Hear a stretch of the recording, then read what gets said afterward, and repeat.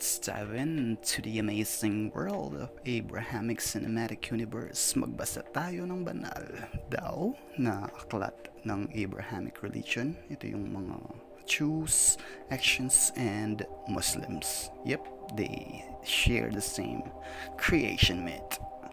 Let's go. Genesis, ang paglikha. Unang kabanata. Nang pasimula, nilikha ng Diyos ang langit at ang lupa. Oops, right from the get-go.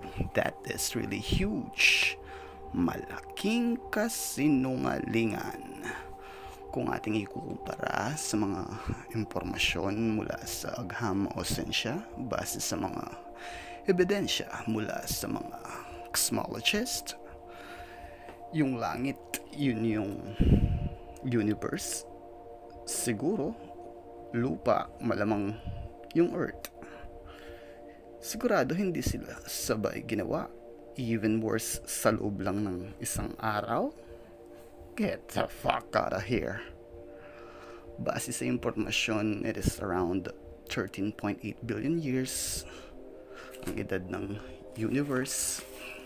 Siyempre, kailangan i-back up natin yan ng mga ebidensya.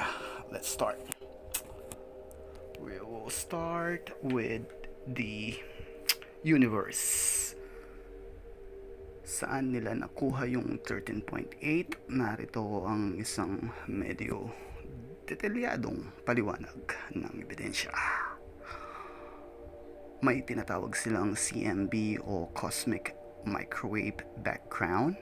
Ang CMB ay pinakamatandang liwanag sa universo, isang mahinang afterglow ng Big Bang. Sa pamamagitan ng pag-aaral ng CMB, maaaring imapa ng siyentipiko ang unang bahagi ng universo at matukoy ang edad nito. Isa rin dito yung Hubble constant o yung Hubble's theory. Ito yung